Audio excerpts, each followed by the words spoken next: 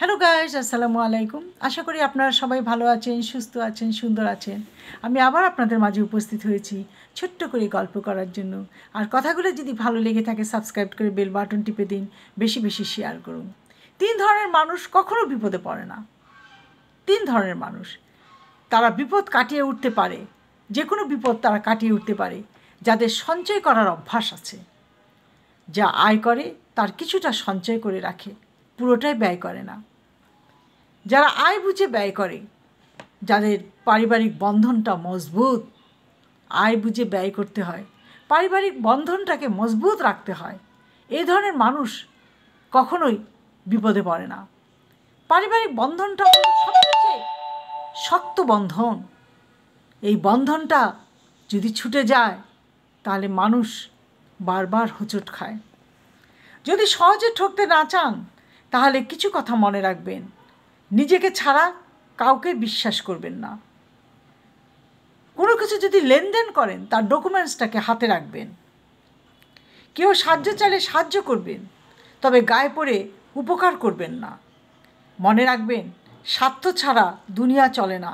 তাই নিজেকেও কখনো কখনো স্বার্থপর হতে হয়, কারণ দুনিয়াতে স্বার্থপর ছাড়া সব দিয়ে দিলাম, খোলা দিলে দিয়ে দিলাম, মন নরম করে দিয়ে দিলাম, মানুষের কষ্ট সহ্য করতে পারলাম না, এ ধরনের মানুষ সহজেই সুখী হতে পারে না।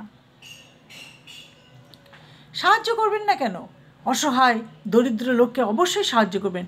আত্মীয় স্বজন বন্ধু বান্ধব বিপদে পড়লে সাহায্য করবেন,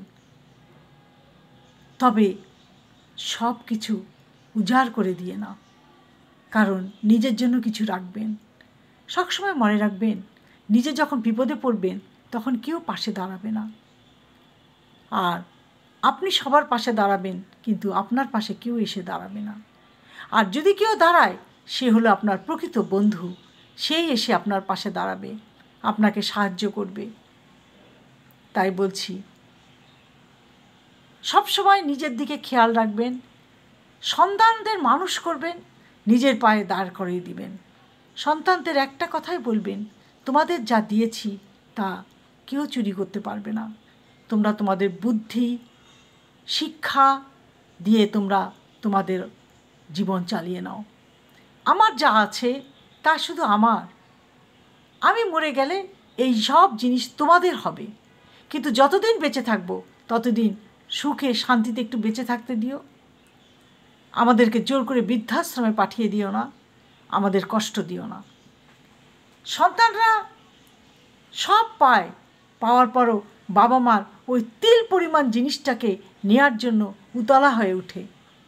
তাই সন্তানদেরকে বুঝিয়ে বলবেন, তবে যদি সুখে থাকতে পারেন।